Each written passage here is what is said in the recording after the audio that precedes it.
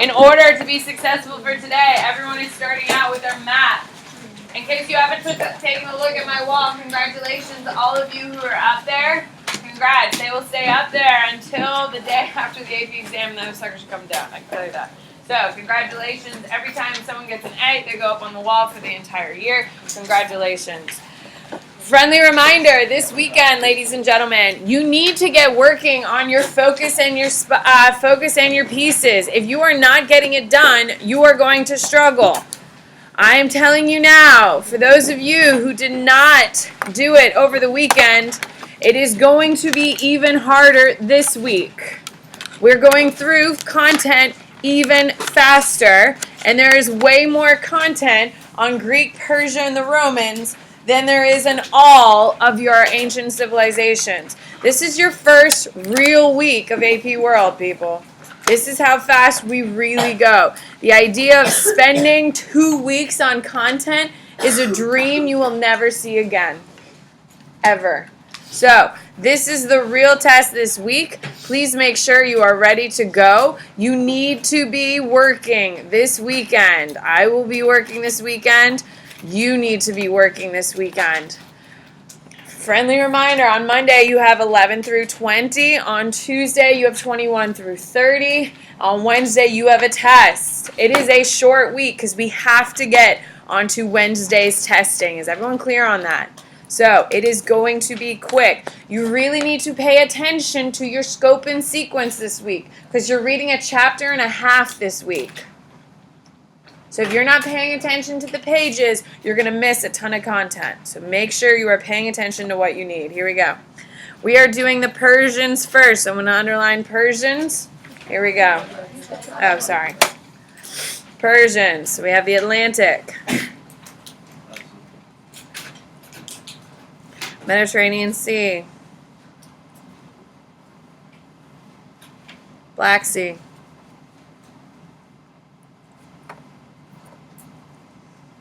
Caspian Sea, Red Sea, Persian Gulf, Arabian Sea. Okay, over right here we have Greece. This is Macedonia.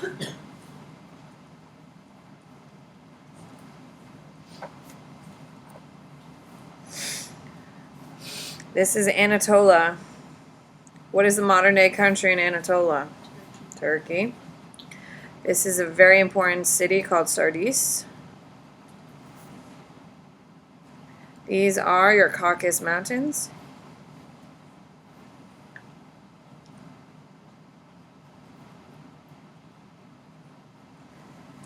Here's another major important trade city is the city of Susa. These are your Hindu Kush mountains. And this is, of course, your Indus River.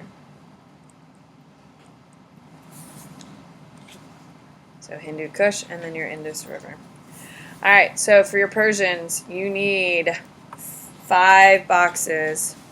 1, 2, 3, 4, 5. Your first Persian empire are the Achaemenid Empire.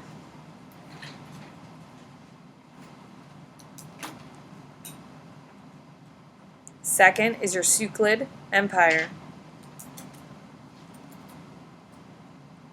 Your third empire is your Parthian. And your fourth is your Sassanid Empire. They also are the first to begin road building on a massive scale. So they are the first ones to build a road for trade and moving their soldiers. So we are going to signify that line by that. And it will connect Sardis to Susa. And it is called the Royal Road. Roads are built for 2 reasons. 1, to facilitate trade, of course, because trade is faster when you can walk on a nice paved road. It also allows your military to move faster and more effectively.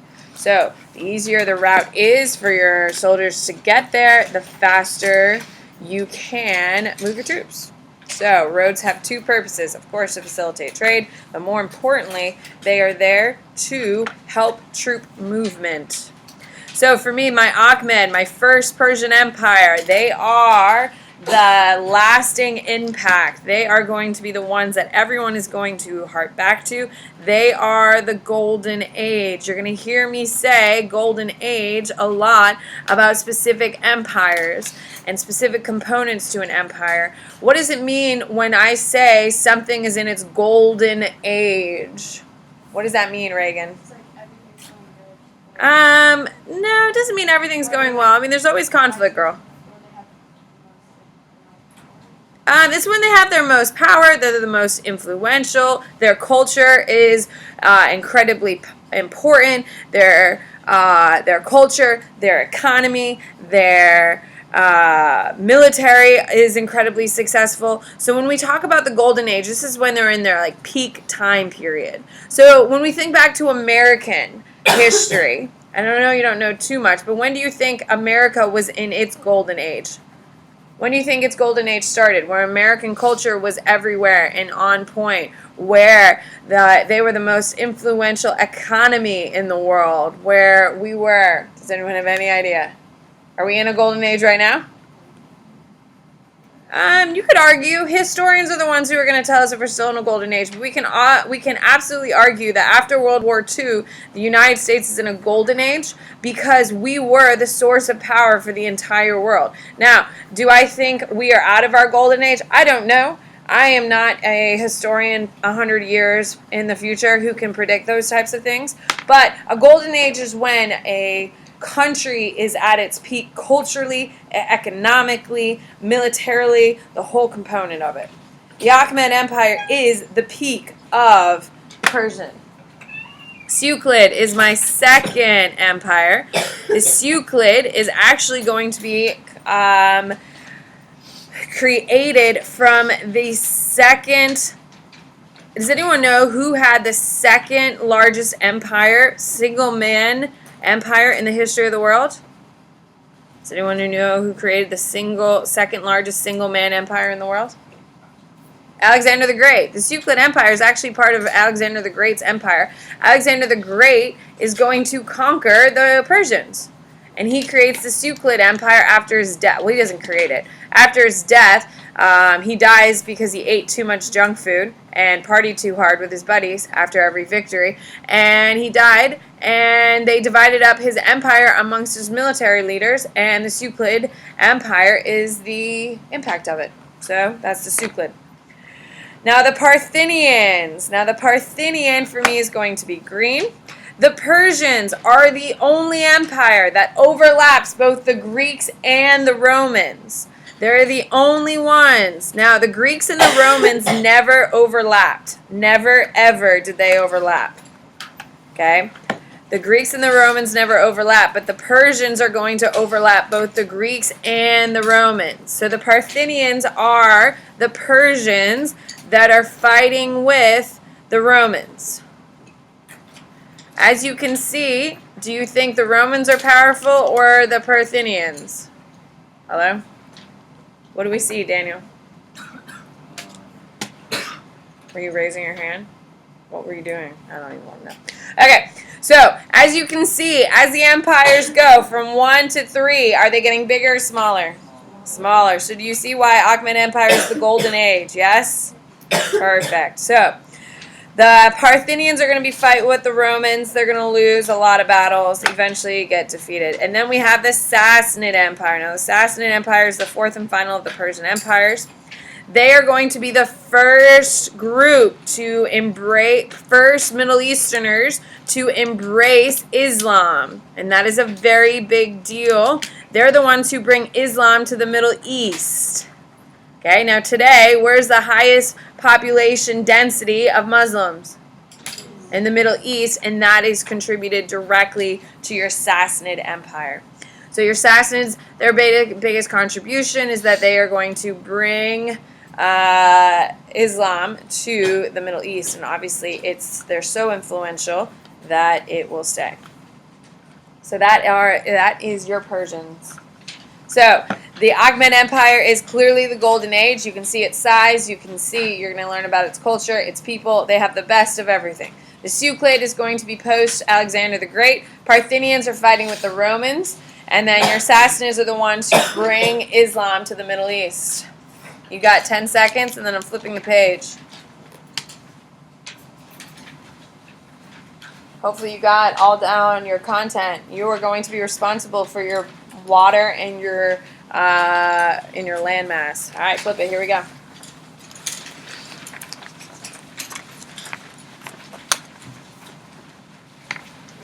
Okay, let's do Greek. So in this corner, I'm going to write Greek. Okay, in my upper corner, I'm going to write Greek so we know exactly what map we're looking at when you're studying these. This is your Atlantic Ocean. This is your Mediterranean Sea. This is Crete, which is a big deal. This is Cyprus, which is also a big deal for the Greeks. Black Sea is here. Caspian Sea. Persian Gulf. What? Red Sea. Arabian Sea.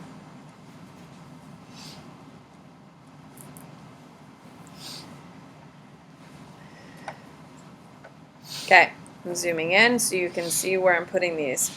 On the island off the base of Greece, this is Sparta. If you've ever seen that terrible movie, this is, yeah, that's the place. And then over here on the peninsula, this is Athens. Over here, we're going to write Byzantium, which we'll get to. Over here, we have Sicily, which is this island off the toes of Italy. And this is your Hindu Kush Mountains way over here.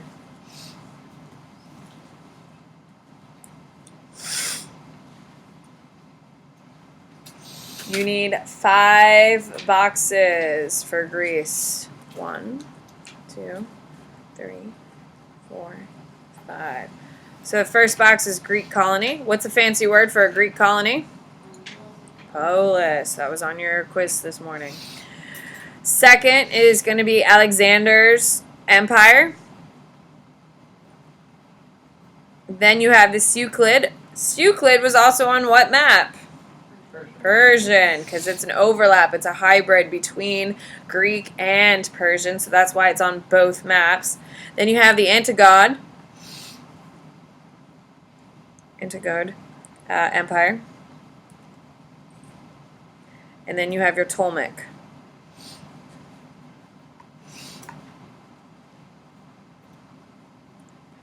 Empire.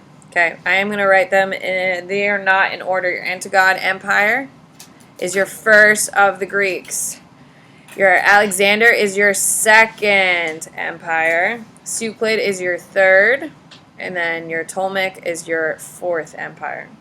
So that is the order. Okay, let's do our Greek colonies. Now, anyone here ever been to Greece? Okay, if you've ever been to Greece, is it a really green place? No, it is not. It is a very barren place. You're just going to draw a little red dot in your Greek colony. It is a very, very barren place. It is brown. There's a lot of brown. The only green things that grow in Greece are olive trees, and they only grow in very specific locations. Greece can only grow 2 things, olives and grapes.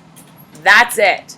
So, to have a large population, can you feed them on olives and grapes? No. So, because their agriculture is so bad, their farmland is so bad, they set up polises, or Greek colonies, all around the Mediterranean Sea. And in these colonies, they export and exchange wine and oil from olives in order to gain things like grain and other food items. if you like Greek food, a lot of Greek food is going to be fish-based. Okay? They do have some, they eat a lot of lamb because lambs and sheep don't eat that much grass, which is why they have them, which is why they're such a huge part. What do you got? Is there a red dot on sideways? Yes. Okay. So they have all of these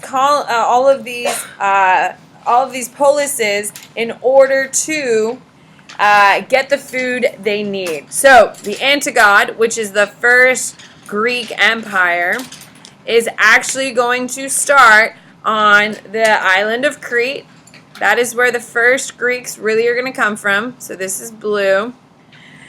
They're obviously going to control Sparta, and they're just going to control all the way up to here. So this is your first Greek empire. As you can see, it's not very large. Then we're going to have Alexander the Great. Alexander the Great is actually not a Greek. He is from Macedonia. Now, Macedonia is north of Greece. His father, Philip II, invades. So, he's obviously going to take over all of the Greek peninsula and Crete. He's going to capture all of this land and name it for the Greeks. As you can see, it's pretty substantial. Now, he is going to conquer all of this territory starting at the age of 16. What have you done, people? Okay, so Alexander the Great is going to accomplish this by the age of 32. He dies at the, age 33. He dies at the age of 33 unexpectedly. Like I told you, he was partying too hard, eating too rich of foods, not drinking and eating enough decent food that his appendix burst and his stomach burst. And he died a very painful death. Now, do you think he planned on dying that way? He died pretty quick, too. With that being said, after he conquered all this territory and he's dead, they were like, well, shit, what are we going to do with this? How are we going to run this? So what they decide is that Alexander's best generals are going to divide the land amongst themselves. And that is how we start seeing the Seleucid Empire. His best friend, Seleucid, is going to control the Seleucid Empire. So, Seleucid Empire. It's going to go here, even though we did just draw it on the other side, because it's both Greek and Persian. It is both Greek and Persian. There's a real fusion here between the two. Because when Alexander conquered this territory, remember, he was going for a long-term plan. He didn't think he was going to die at the age of 32, randomly. He really believed he was going to rule this land for a very long time. So because once he came through this territory, he would marry off his generals to the locals. Why would he force his generals to marry local women? To take control, as well as to show the people that they're not there just to dominate, they're also there to kind of assimilate a little bit, correct? That they're not just passing through and conquering territory, they are in fact taking over. Okay, then we have the Ptolemaic. Now, during the Ptolemaic Empire, this is post-Alexander the Great. This is after all of the division. This is his third general. One of his other generals from his empire, Alexander the Great's empire, is going to take control over this region. Now, Ptolemy, which is Egypt, is going to be the most important aspect of Greek civilization. What does it have that Greece does not? Agriculture. So Ptolemy is going to be one of the most important of the Greek controlled territories because it has agriculture while the actual peninsula of Greece does not. Ptolemy is going to participate in one of the lasting contributions the Greeks still have, which is what? The Olympics. All of the former Alexander the Great territories would fight to prove who is the best of the Greeks. And that's exactly what the Olympics was. It's about who was the best Greek. All right, you got 5 seconds, and I'm flipping, and then we're going to Rome. 4, 3, 2, 1. Flip it. Okay, same corner. I'd write Rome. Romans. Just so you know what map you're looking at.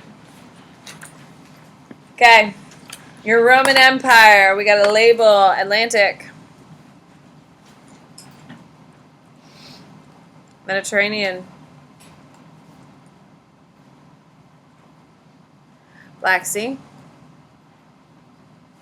Caspian Sea. Red Sea. Persian Gulf. Arabian Sea.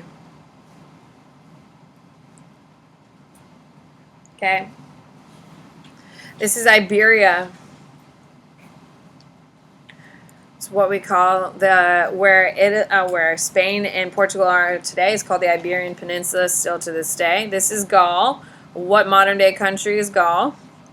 France. This is Britain. Everyone should know that one. This is Sardinia.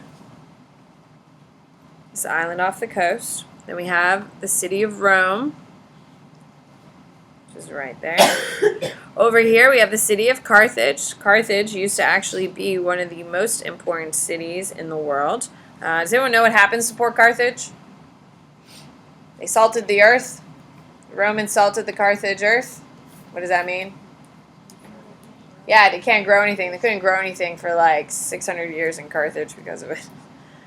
Okay, because they were the arch nemesis of the Romans, Macedonia. This is where Alexander the Great's from. Of course, we have Anatolia, which we've already labeled before. Anatolian Peninsula is what it's called still to this day. Obviously, here we have Mesopotamia. We have the very important city of Jerusalem. Now, under the Romans, it's going to become even more important. Why is the city of Jerusalem going to become even more important under the Romans? What happens during Roman times? Who's wandering the earth during Roman times? What do you got? Jesus. Yeah, Jesus is going to start preaching and starting this. He does not start Christianity, people. Jesus just walks around and does cool Jesus things. Like, whether you're a Christian, a Jew, a Hindu, I don't care. Historically, Jesus lived. Jesus existed, we know for a fact. He's also did really good things for people around him, historically. So when I say Jesus did cool Jesus things, we know for a fact Jesus was a good person during the time he lived. I don't necessarily care about the religious thing. I think you can get the vibe. I'm not particularly religious. But Jesus is going to be walking around during this time. Who kills Jesus?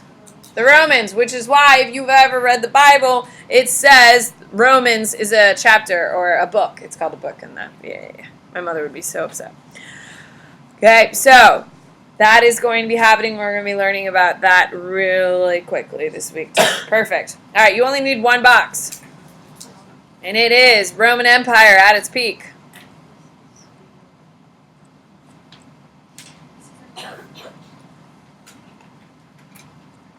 Perfect. For me, it's going to be purple. Actually, it's going to be purple. Okay. So, the Roman Empire is going to start, of course, in Italy. Okay, so it's going to start in Italy and start spreading as they gain more power. Now, they are eventually, which is what we're drawing here, eventually going to conquer all of this territory. They are going to be one of the largest and most powerful empires in the world. They are going to be a direct influence on the Western world. When you go to Washington, D.C., and you see the buildings with the massive columns, the White House with its colonnade out front, when you go and see the Washington Monument, when you go see the reflecting pools, all of those things are to hark back and to remind you of the Romans. So when you think of the United States, you think of, wow, they're just as powerful and just as important as the Romans. And that's the reason why is because of how influential the Romans were to Western society. And of course, the United States is based on Western society because we are a former colony of England. So, the Romans are going to conquer this territory by force. They are going to have one of the most successful militaries in the world. Who would be their only rival? Who had the largest empire in the history of the world? It's not the Romans. Who? Mongols. The Mongols had the largest. Genghis Khan, who is the leader of the Mongols, at least to start, is going to have the single largest single-man empire the world's ever seen. Your boy Alexander the Great is number 2. The Romans are going to have like the 3rd or 4th largest empire in the world. So it's not it's one of the biggest, but it's not the biggest. They are going to control, hopefully you see, the Mediterranean Sea. They are going to manipulate its culture, its customs, its language, the way it builds. It's going to affect its culture all the way to the present. That is how influential it is. The Romans are going to implement a lot of technology that is still being used to this day. Aqueducts, which is going to bring water from other parts of Europe into important cities, are still being used. Anyone here ever been to Rome? Did you drink from the aqueducts? The free fountains that always had water going out of them, did you drink out of them? Oh my God, then you didn't go to Rome. Oh, okay, then you probably did. Well, you need to go back to Rome and actually appreciate it. Okay? That is, you can drink from the aqueducts in Rome. It's the same ones the Romans built. They have a few still left all the way around Europe. In France this summer, I got to see one of them that was built by the Romans and was still in use until the 1970s, which is really cool, and it's really beautiful. Okay, don't forget Britain. Britain has a little bit. Britain was a pain in the butt for the Romans to capture.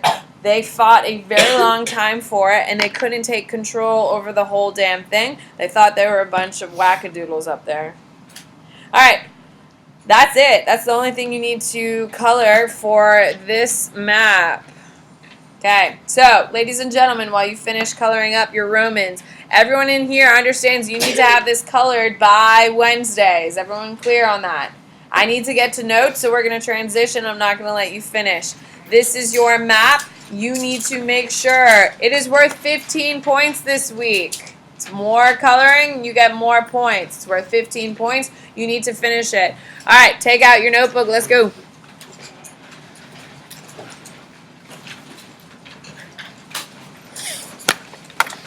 Okay, so we are going to start with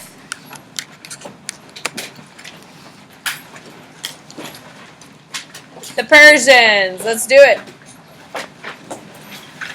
So, on your heading, at the top of your notebook, I would write week 3. You need to keep things organized by week so you can look at your scope and sequence and find out where everything is. At the top of your page, you should have week 3. You need to write down your Persian dynasties. They need to be in order, of course.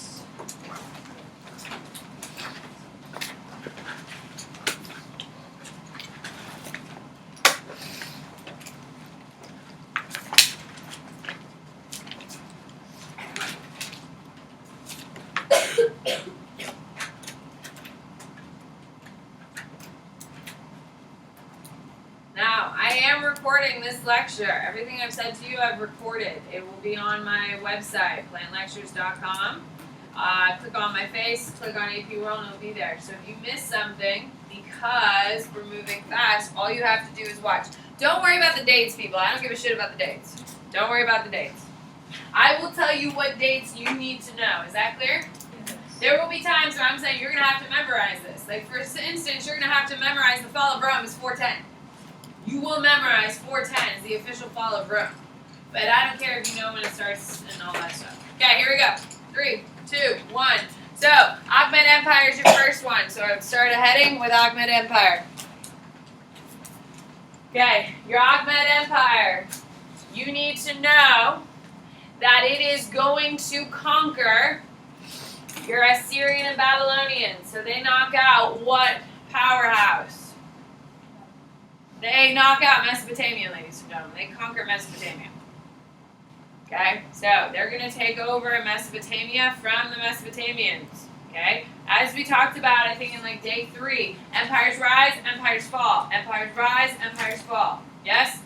So they overthrow the Babylonians, who were the most powerful, right, for a long time. They get knocked off by them. You need to know Cyrus is the founder of the Achaemenid Empire. Cyrus is your founder of the Achaemenid Empire. Okay? However, you need to know that Darius is the Golden Age.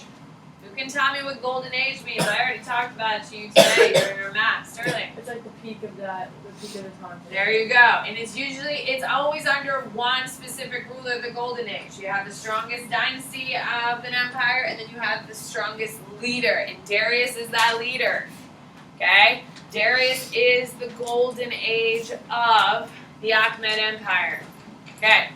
Government. You need to know this. The Persian government is incredibly important. You're going to write Persian government format on your notes. Persian government formats. They create bureaucracy. They create bureaucracy. Who can raise your hand and tell me what bureaucracy means? We don't know that term. We've never heard of bureaucrats. We have heard of it. We don't know what it means though. A bureaucracy, you better write it down because you need to know this. A bureaucracy is when you hire a lot of people to do government work. A bureaucracy is when you hire a lot of people to do government work. Okay? Now here in the United States, do we have a high bureaucracy or a low bureaucracy? We're pretty low in comparison to some other countries. China has a huge bureaucratic component to it. Okay? We're kind of more in the middle.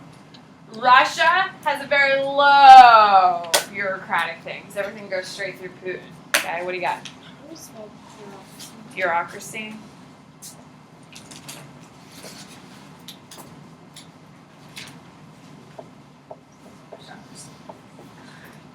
Okay, so you need to know that the Persians created. You need to know that they have 23 divisions. Okay? Their government is divided into 23 different divisions. And every one of those divisions has its own bureaucracy, just so you know. You don't need to write them. You need to know it's divided into 23. Okay? You need to know they audit their government by spies. They have a spy ring. You need to write that down. That's super, super unique. The Persians use a spy ring to audit their government. Who can tell me what an audit is? What is an audit? We have no idea. Okay, you need to know this term, because we'll be discussing it. An audit is when you see how much abuse of government or people are.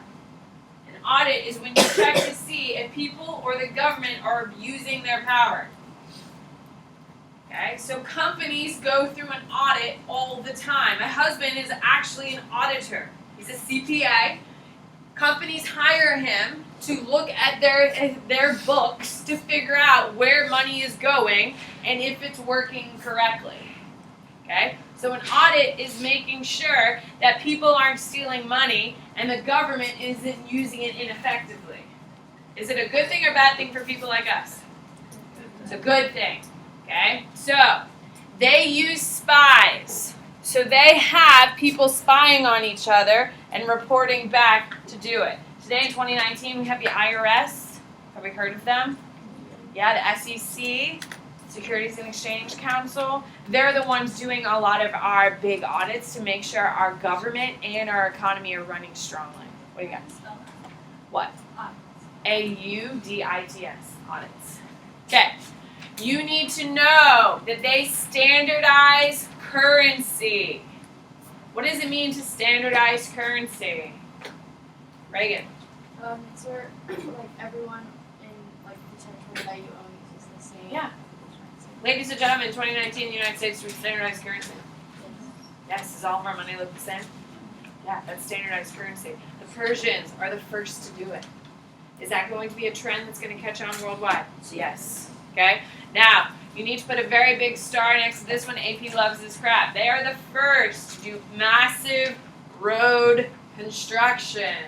They are the first to do massive road construction, and they build the Royal Road. Okay, they're the first. Now, who gets all the credit for building roads? Rome does. They just build a lot of Romes, but the Persians are the first ones to do it, just so you know. Okay, you need to know they also do a courier service. What is courier service? We have a courier service. What is it, Maggie? Delivery. Delivers what, girl? Food? Messages. Yeah, how about mail? The mail system. They are the first ones to create a mail system. Is that going to catch on? Is every other empire going to do the same thing? Yes. Ladies and gentlemen, you need to know that roads are built for 2 reasons. I already told you this while we were doing our map. What are the 2 reasons? Why? Give me, what are they? Lily? More effective trade and then the military can There you go. You need to know roads are being built for 2 purposes. Facilitate faster trade and to move the military faster. Think about it. Is it easier to cut through a massive field with 10,000 men, or is it easier to follow a road? Follow a road. So that's why they build roads. Okay. You need to know that under Cyrus and Darius, they have a policy of toleration. Under Cyrus and Darius, they have a policy of toleration. Ladies and gentlemen, does anyone know what the fancy term for does anyone know what term we use in the United States instead of calling it a policy of toleration? It's protected in our, Bill of Rights. No? You guys are killing it today. It's called religious freedom. They practice religious freedom. They are the first people in the world to practice religious freedom. Okay? They are going to have one of the largest and most diverse populations in the world. For Ren, if you're in Ren, you're going to study the temple, the palace of Darius, and it's got culture and art from all around his region because it reflects how different his population is because of the policy of toleration. You need to know that it is religiously tolerant under Darius and Cyrus. You have a third dude you need to know. His name is Xerxes. Who here has seen that terrible movie, Sparta? It's a terrible, awful movie. No one's going to fight me on that? Okay. Have you seen it? It's entertaining, though. It's so stupid. It is so stupid. Anyway, if you've ever seen that terrible movie, Sparta, Xerxes is in the movie. He's the gold guy. You're like one of the few? Okay. He's the gold guy in it. Xerxes is going to be he is going to be religiously discriminatory. He's just kind of a turd. He really is. He's awful. He is absolutely awful, and he causes the decline of Persia, of the Achaemenid Empire. Okay? Xerxes is really just an awful guy. He is not tolerant. He is just a turd. He causes, you need to write this down, he causes the decline of the Achaemenid Empire. Okay, so Xerxes causes the decline of the Achaemenid Empire. Okay, so Persian Wars. Persian Wars. You need to know the Persian Wars are Greeks versus Persians. Persian Wars are Greeks versus Persians. Who wins? Greeks. Greeks win. The Greeks win. Okay? However, it's going to be a hell of a fight. The last battle of the Persian Wars, I'm going to teach you this on both sides, for the Greeks and obviously on the Persian side. You need to know the Persian Wars between the Greeks and the Persians. You need to know the Greeks win at the Battle of Marathon. You need to know that. So my husband and I are training to run a marathon, and when we finally accomplish this lifelong goal, okay, we will be honoring the Greek victory of marathon. That's why people run marathons, because the guy who ran back to Athens to announce the Greeks won, literally announced the Greeks have victory in hand, and then dies. Yeah. So, Every other marathon that is run, like all the time, is in honor of the Greeks. Okay, that's what it's for. Okay, so the Persian Wars, the Greeks win at the Battle of Marathon. Okay, then we have Alexander the Great. So right in after that, Alexander the Great happens. Alexander the Great happens and takes over all of Persia. So that is the end of your Achaemenid Empire, is Alexander the Great in the Persian War. Okay, so skip it space, center it, Suklid Empire. So your second Persian Empire. So please listen. This is going to be post-Alexander the Great. Write that down. Suklid Empire is post-Alexander the Great. Okay? Post-Alexander the Great, and one of his generals takes control over the territory.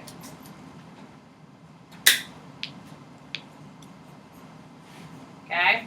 Eventually will be defeated by the Parthians. That's all you need to know. Okay? It's post-Alexander the Great.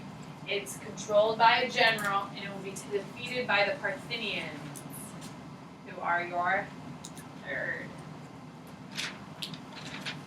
Okay, so skip the space, headline, Parthians.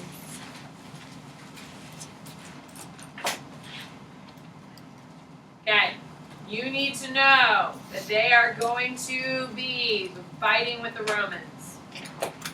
They're fighting with the Romans. They do really well against the Romans for a very long time. Eventually the Romans will beat them up.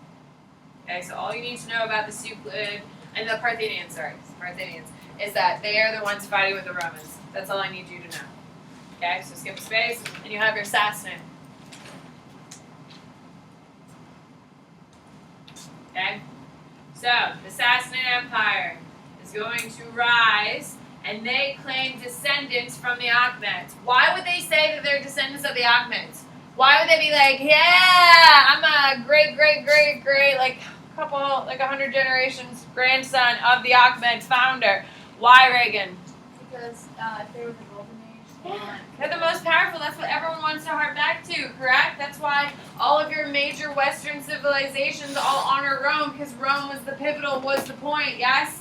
So, you need to know that eventually, you need to know that it introduces Islam to the Middle East. Under the Sassanid, Islam becomes a major part of the Middle East.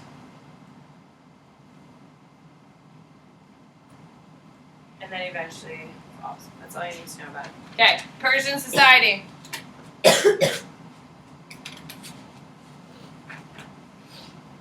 Okay, you need to know that it's bureaucrat class. Bureaucrats are in a huge part of its social structure.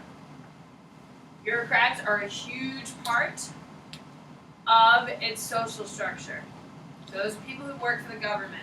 That's all you need to know about bureaucrats, is that they're people who work for the government. Some of the positions they hold are like tax collectors, record keepers, translators. They all work for the government. Okay, you need to know they have a huge slave population. So they have a huge bureaucracy, and they have a huge slave population. Okay? What does that tell you if they have a huge slave population? Huh? There's a lot of wars. They're fighting a lot of wars, and that's a good point. I'd write that down. Okay, they're clearly fighting in a lot of wars, and they clearly have what, Reagan? Yeah, they are building infrastructure for sure. Like, think of all the roads and stuff they're building. Okay, you do need to know their economy is based on trade. Their economy is based on trade. What is facilitating this trade? Who can raise their hand and tell me what's facilitating and making the Persians one of the first super strong traders in the Mediterranean basin? What is it, Maggie? The Royal Road, and that's going to be the major key. Good, we got a good place. I'm happy. Goodbye. This weekend, you need to be working. Daniel, I'd like to speak to you.